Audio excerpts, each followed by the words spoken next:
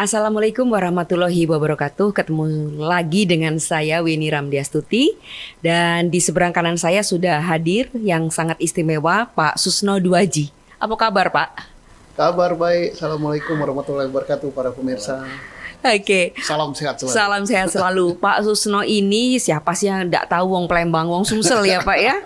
Beliau mantan Kabareskrim dan tentu saja beliau adalah salah satu figur prominent yang berasal dari Sumatera Selatan, khususnya dari Pagar Alam. Iya. Ini adu gawean apa mak mano Pak? Bisa datang ke Palembang? Iya, gado gawe ya. Anak ini kan pengangguran banyak acara. Hi, keren. Jadi ada gawean kantor, cari sesuap nasi Dan sesuap berlian. dan segenggam meriah. Segenggam berlian. Pak Susno eksis nian, umur Bapak hampir 70? Oh, hampir dua kali ulang tahun lagi 70. Alhamdulillah. Nah, jadi begitulah. Tapi saya tidak mau menuakan diri. Ya, Saya mau betul. bersahabat sama yang muda-muda. Betul. Nah, Betul. Kalau ditanya yang serius baru saya jawab. Tapi kalau ditanya yang muda-muda berapa? Ya kira-kira beranjak 17-an.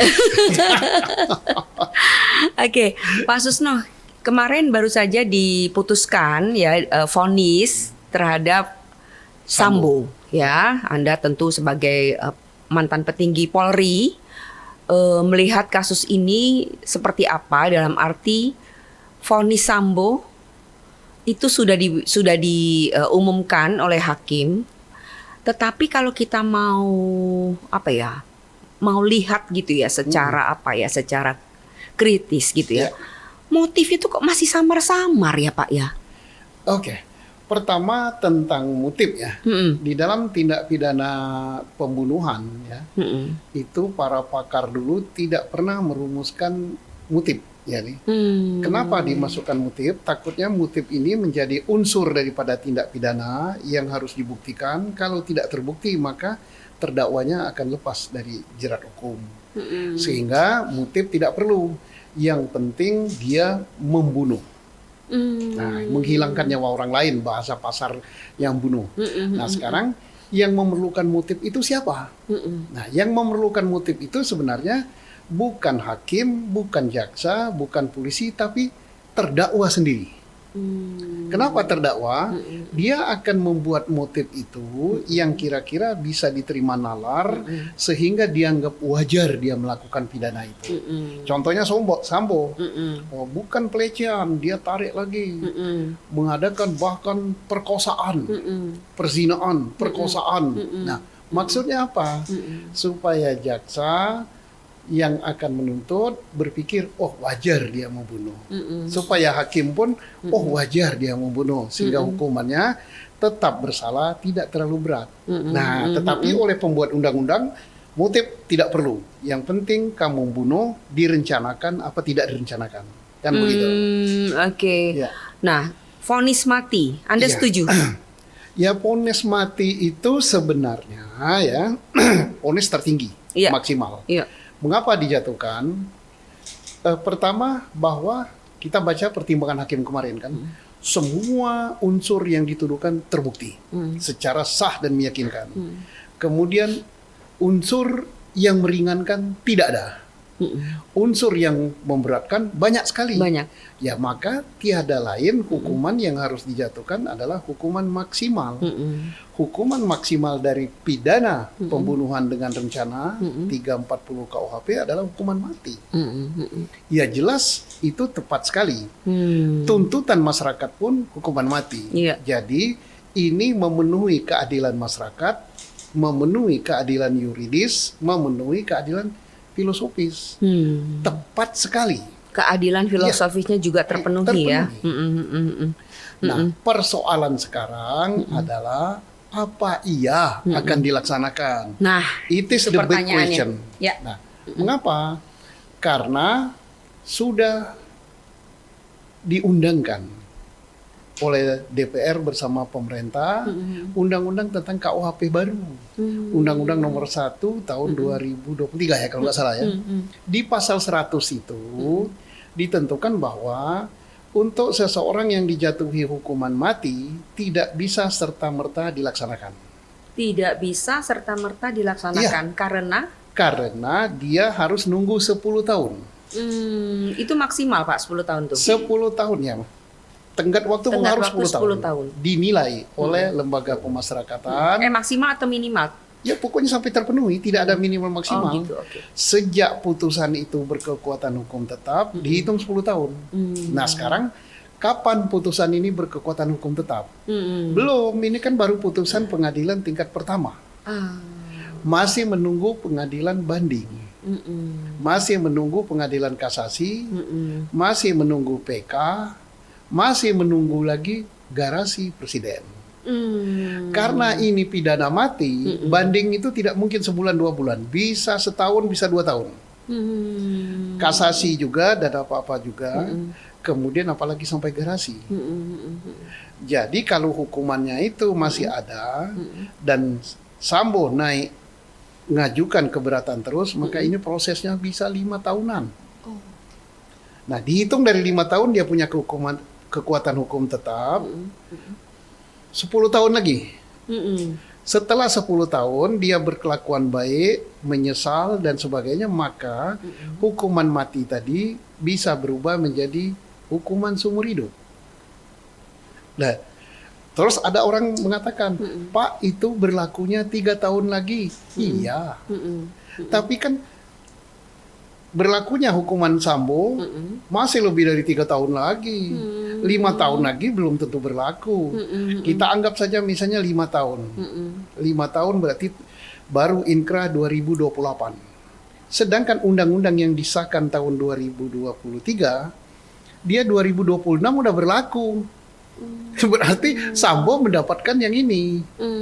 Karena dia mendapatkan yang ini, karena ada ketentuan undang-undang, manakala perkara dalam proses, ada ketentuan baru. Maka yang terkena itu, terdakwa atau terhukum atau terpidana, berhak memilih. Yang meringankan dia. Pasti dia milih yang baru dong. Jadi boleh dibilang ini belum ending buat Sambo ya Pak ya? Belum.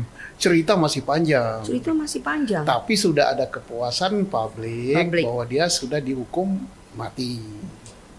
Tapi Pak nanti misalkan misalkan kemudian Sambo setelah ada keputusan tetap jadinya kemudian seumur hidup, dan orang Indonesia kan mudah lupa ya Pak ya? Ya kan, mudah lupa. Hukum kita seperti apa Pak? Jadi di antara upaya hukum tadi kita belum membicarakan kemungkinan. Banding itu putusannya bisa macam-macam loh. Yang jelas tidak mungkin lebih berat. Karena hukuman jelas tidak mungkin lebih berat. Kenapa? Karena hukuman mati kan tidak ada yang lebih berat lagi kan. Sudah maksimal itu. Tidak mungkin hukumannya mati ditambah mati. Atau setengah mati nggak mungkin. Jadi mati-matian. Nggak mungkin. Yang mungkin bisa lebih rendah, seumur hidup, bisa 20 tahun, bisa 15 tahun, dan bisa bebas. Bisa bebas? Bisa. Gimana ceritanya? Ya kalau hakim pada tingkat banding mengatakan tidak terbukti kesalahannya, ya bebas dong. Kelewatan Pak kalau bisa bebas. Ya namanya manusia.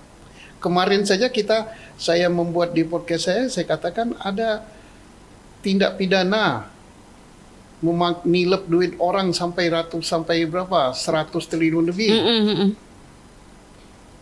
Pencucian uang kena, penipuan kena, penggelapan kena, undang-undang perbankan kena. Tapi oleh pada tingkat Mahkamah Agung divonis bebas. Pak, jadi gini, tunggu dulu Pak.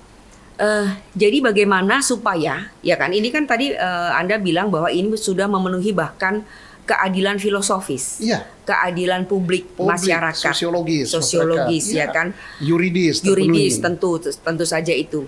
Tapi bagaimana supaya ini dalam arti untuk memenuhi aspek 3 tadi, supaya akhirnya memang Sambo betul-betul dihukum mati. Nah ini obatnya, corong ini. Di dalam negara demokrasi yang seperti Indonesia saat ini besar sekali manfaat ini. Suara publik disalurkan lewat media sosial, media konvensional, tulis, cetak, audio visual, semua dan media sosial semua.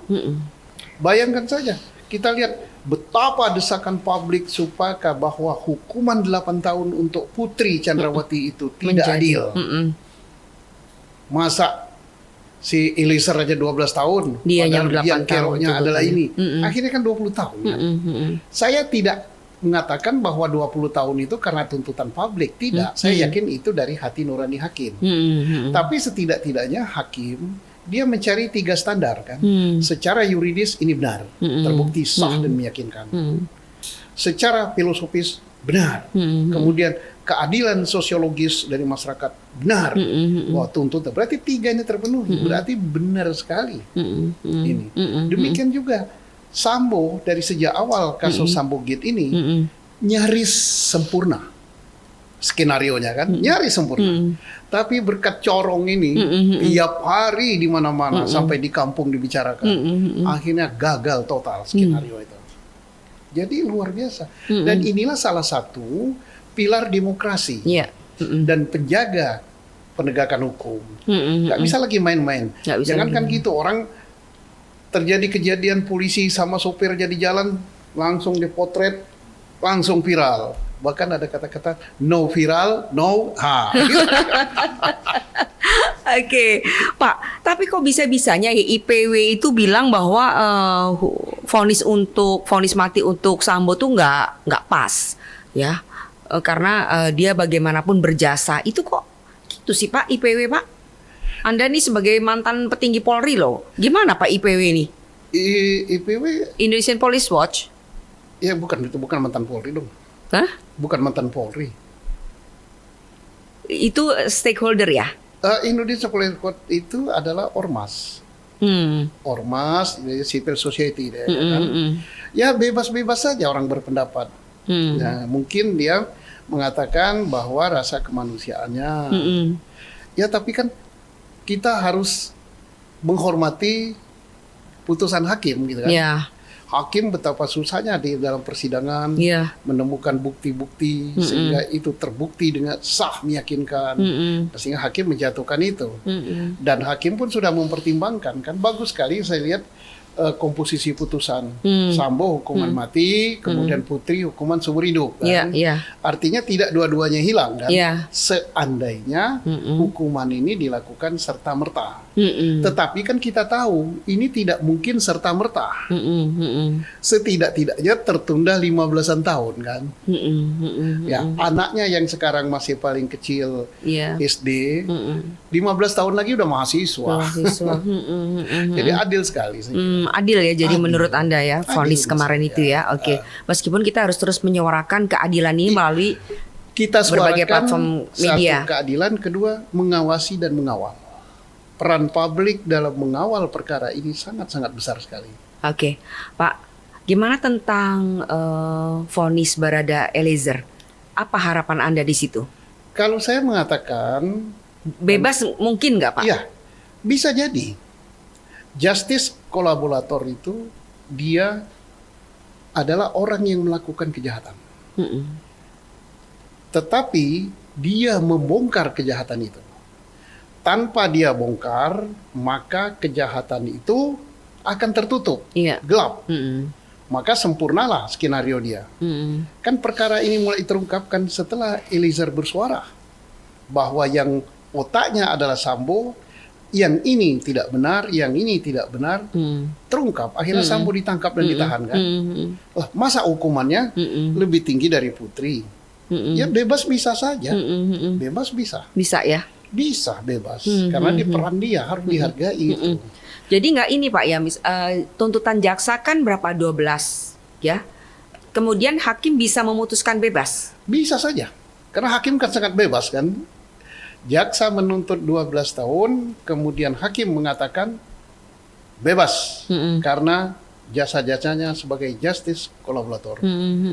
Divonis, dan seandainya jaksa tidak setuju, maka jaksa akan terus bisa mengajukan banding. Ya. Kan ada undang-undangnya dan ada apa itu? Ada kesepakatan aparat-aparat penegak hukum. Oke. Pak, kita minum kopi dulu. Oke. Ini pasti kopi dari kampung saya.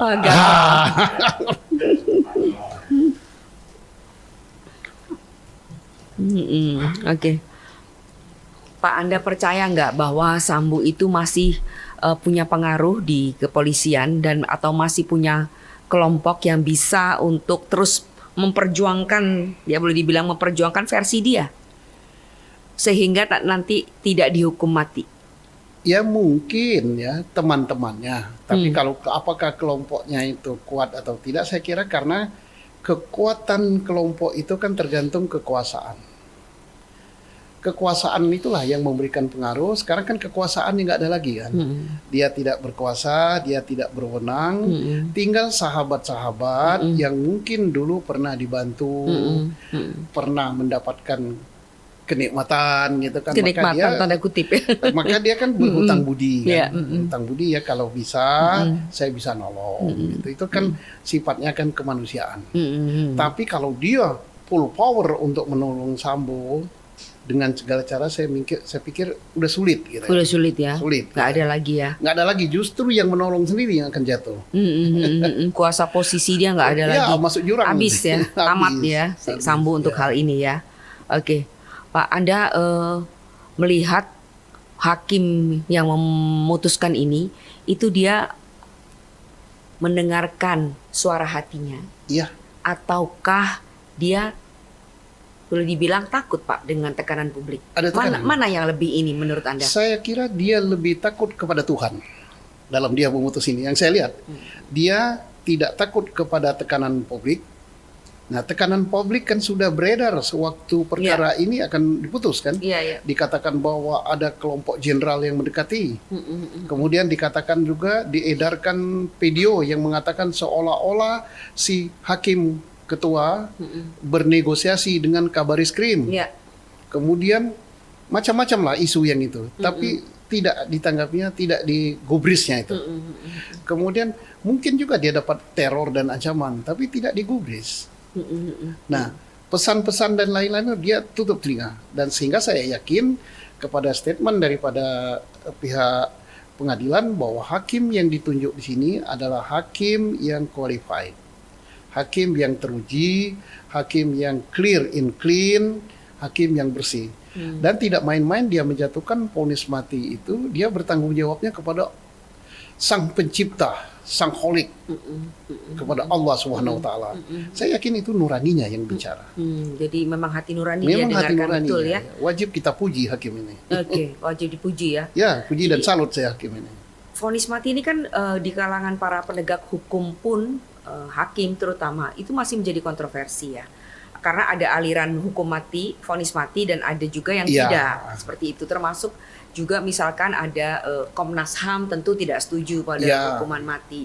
Nah, vonis mati ini menurut Anda apakah akan memperkuat mereka yang beraliran, ya boleh dibilang para penegak hukum yang beraliran vonis mati? Jadi artinya ini menjadi boleh dibilang menjadi benchmarknya seperti itulah, bukan benchmark, apa sih namanya, menjadi cantolan yang paling kuat deh kalau ada peristiwa-peristiwa serupa gitu. Undang-undang yang terkuat itu bahkan mengalahkan konstitusi adalah kehendak rakyat. Kehendak rakyat? Iya. Kalau rakyat mengatakan itu adil, itu yang dimaui, maka itu paling tinggi. Undang-undang dasar pun kalah. Apalagi kalau hanya tuntutan Komnas HAM. Kita tahu suara publik yang disuarakan lewat media sosial, media konvensional, semua setuju dengan hal ini. Kalau ada sesuatu lembaga yang mengatakan ini begini-begini, maka dia akan dilindas oleh suara publik. Maka saya katakan undang-undang yang paling tinggi, bahkan konstitusi pun bisa kalah dengan kehendak rakyat. Karena apa? Konstitusi itu yang buat rakyat kok. Undang-undang yang buat rakyat, apa yang dilakukan oleh Komnas HAM dan segala macam itu kehendak rakyat. Kalau rakyat menghendaki seperti ini, ya sudah. Oke, semoga suara rakyat terus didengarkan ya. Suara rakyat didengarkan. Kemudian yang penting dari peristiwa Sambo Gate ini pelajaran paling berharga. Bukan hanya untuk polisi, tapi untuk semua institusi penegak hukum dan untuk semua lembaga di negara ini dan untuk semua rakyat Indonesia. Mudah-mudahan dengan ini penegakan hukum di Indonesia berubah. Tidak ada lagi rekayasa, sakit Saya pernah direkayasa, gak enak. Oke. Dan juga polisi apa ya? Bisa belajar banyak Bisa dari kasus ini. belajar Sangat, banyak. ya. Belajar Sangat. banyak bahwa di era demokrasi ini polisi itu adalah polisi rakyat. Polisi tidak boleh sakit hati, dihujat, diapa-apakan, itu bentuk dari kecintaan rakyat. Dan rakyatlah yang berhak dan berwenang mendesain kepolisiannya itu seperti apa. Oke, jadi ini boleh dibilang kasus Sambo menjadi titik awal lagi bagi polisi untuk memperbaiki citra Dan semua lembaga. dan semua lembaga. Ya, termasuk pengadilan. Ya, Karena betul. kita baru lihat kemarin kan 2 hakim agung ditangkap KPK. Iya, iya. Oke, Pak, kita akan beralih topik, kita akan ngomongin Oke. politik. Pak Susno, kehadiran Anda di Sumatera Selatan sudah sudah lekat gitu ya di benak masyarakat. Ya. Apakah itu akan menjadi modal bagi Pak Susno untuk pertama mencalonkan diri jadi gubernur? Ya. Ataukah menjadi juga pijakan Pak Susno untuk nyalek? Kan udah terdengar santer tuh Pak Susno mau nyalek dari PKB, tapi kami belum dapat jawaban langsung dari Pak Susno. Silakan Pak, 2 pertanyaan itu. Pertama nyalek gubernur ya. Nyalek gubernur. Nyagup. Nyagup. Nah, itu nyebutnya saja udah salah, berarti itu tidak serius ya. Tapi karena kalau saya berbicara kan selalu serius ya. Yang guyon pun saya seriuskan. Iya. Nah, sama dengan nyalon gubernur. Apakah saya akan nyalon gubernur? Ya, insya Allah kalau nggak ada lagi yang nyalon. Tunggu dulu. Mesti diklarifikasi pernyataannya. Insya Allah kalau apa? Kalau nggak ada lagi yang mau nyalon gitu kan. Kalau calonnya banyak, Bapak nggak nyalon gitu? Atau Ya gimana? kalau nggak ada yang nyalon kan nggak ada lawan kan. Kalau nggak ada lawan berarti murah. Terus? Ya kalau murah kan jadi kan calon tunggal kan. Nggak mungkin Pak. Pilgub nggak mungkin ada kotak kosong. Pilgub masih mahal ya. Mahal. Waduh. Mahal.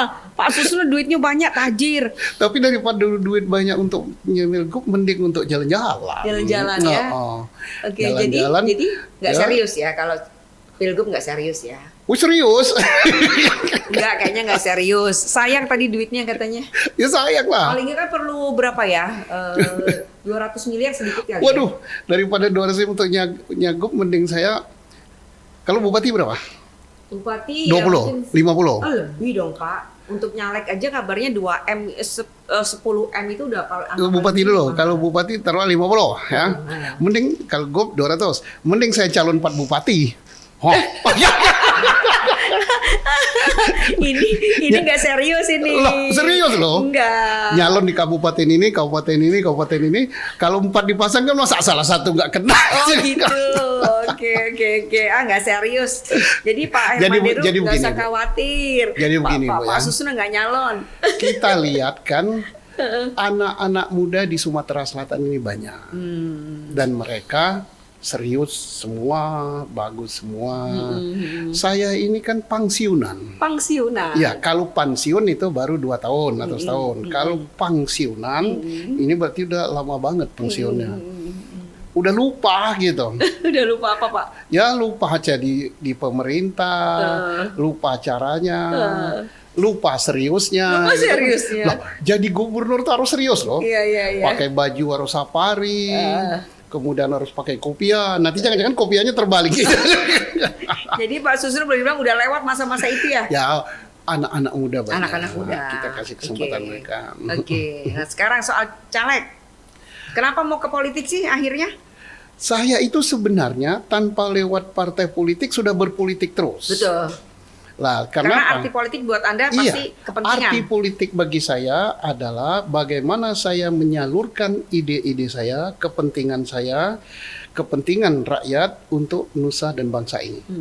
Selama ini kepentingan itu kan saya salurkan lewat berbagai lembaga politik atau partai ya.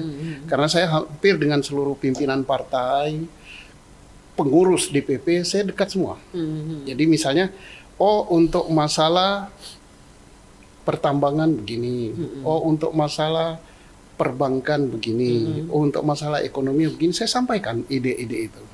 Jadi untuk menyampaikan ide kita di dalam membuat kebijaksanaan negara ini yang mengatur rakyat 270 juta, yang mengatur republik dengan 17.000 pulau lebih ini, kan semuanya diatur dengan kebijakan politik di Senayan. Nah, kebijakan politik itu bisa saya sampaikan melalui teman-teman di partai. Nah, timbul pertanyaan, apakah Pak Susno akan nyalon?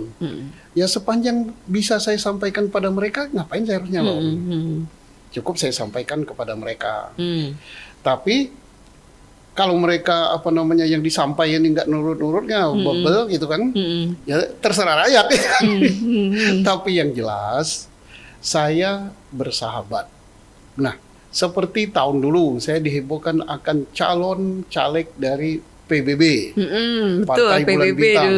Saya bilang silakan masuk nama. Dan KTA ya, kartu tanda anggota. Kartu tanda anggota itu bukan hanya PBB saja saya. Punya semua partai? Tidak semua, tapi banyak. Ada yang merah, ada yang biru, ada yang hijau, kuning ada. Ada juga. Itu dikasih atau gimana? Ada yang jaketnya begini, begitu. Artinya saya kan senang semua, mendukung semua partai itu karena semua berlandaskan Pancasila. Saya setuju semua, bersahabat semua. Jadi ini belum tentu juga ternyata. Saya itu artinya dengan partai manapun juga bersahabat.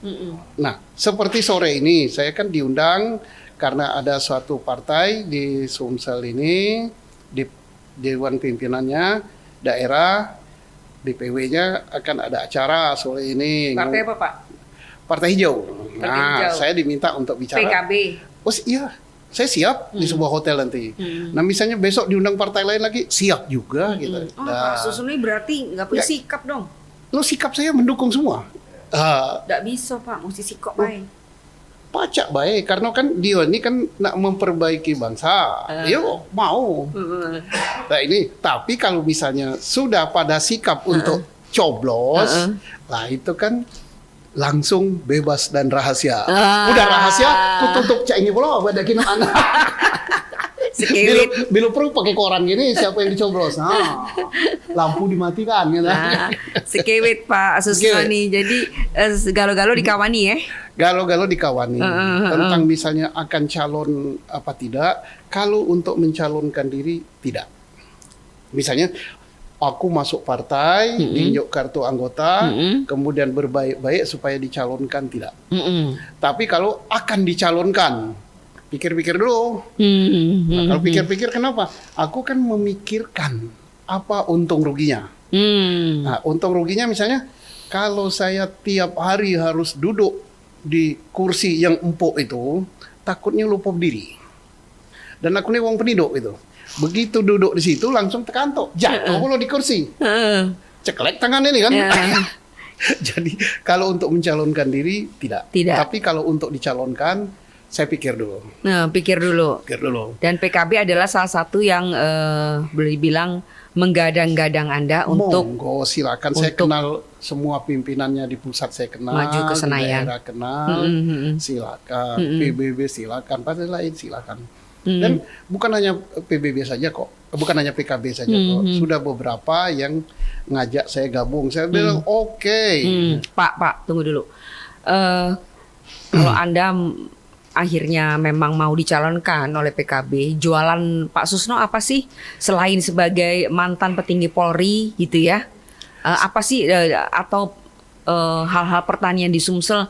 Tapi saya itu kok nggak yakin ya Pak Susno pertanian itu buat di platform YouTube aja itu. Jadi pertama saya belum dicalonkan. Saya tegaskan kalau mencalonkan diri tidak. Ya, tapi kalau dicalonkan, saya berpikir dulu. Saya akan melihat platform dari partai itu. Apa kebijaksanaan yang besarnya untuk nasional ini. Saya akan lihat dulu. Dia akan bergerak membangun UMKM, pertanian kah, atau industri kah, atau perdagangan kah, atau apa. Kalau saya bisa dicalonkan berarti saya menari harus sesuai dengan tari mereka. Betul. Nah saya lihat dulu. Saya belum tahu platform partai itu ya gimana saya mau siap untuk dicalonkan. Misalnya Pak sini seperti sore ini isi acara partai saya siap isinya. Kemudian nanti bicara Pak mau dicalonkan, saya akan melihat dulu apa platform partai ini. Oke, jadi boleh dibilang Pak Susno sekarang masih wait and see ya? Bukan wait and see, tapi think and think gitu, pikir dan pikir. Think, rethink terus ya kayak gitu ya. Karena apa? Saya ini manusia bebas.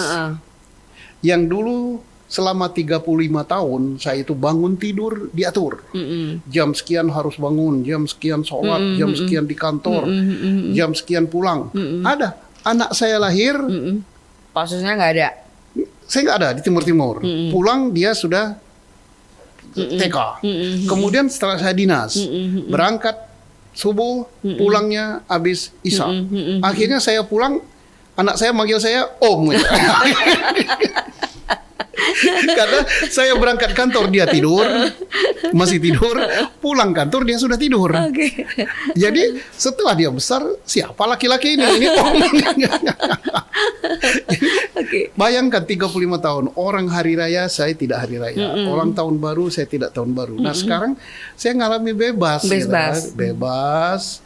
Soal pekerjaan bisa dikerjakan anak-anak, saya tinggal berada di belakang. Jadi tut uri handayani ing madio mangun karso ing karso sung tolodo. Saya bagian dorong-dorong di belakang. Julak-julai. Monggo niko jalannya panjenengan lare-lare monggo. Saya bagian dorong-dorong saja. Jadi boleh dibilang Pak Susno sekarang sebenarnya kalau boleh memilih mau jadi manusia bebas saja ya. Manusia bebas tapi bermanfaat. Tetap itu ya. Ya. Jadi itu yang saya lakukan, kemudian bermanfaat untuk negara dan bangsa, dan saya juga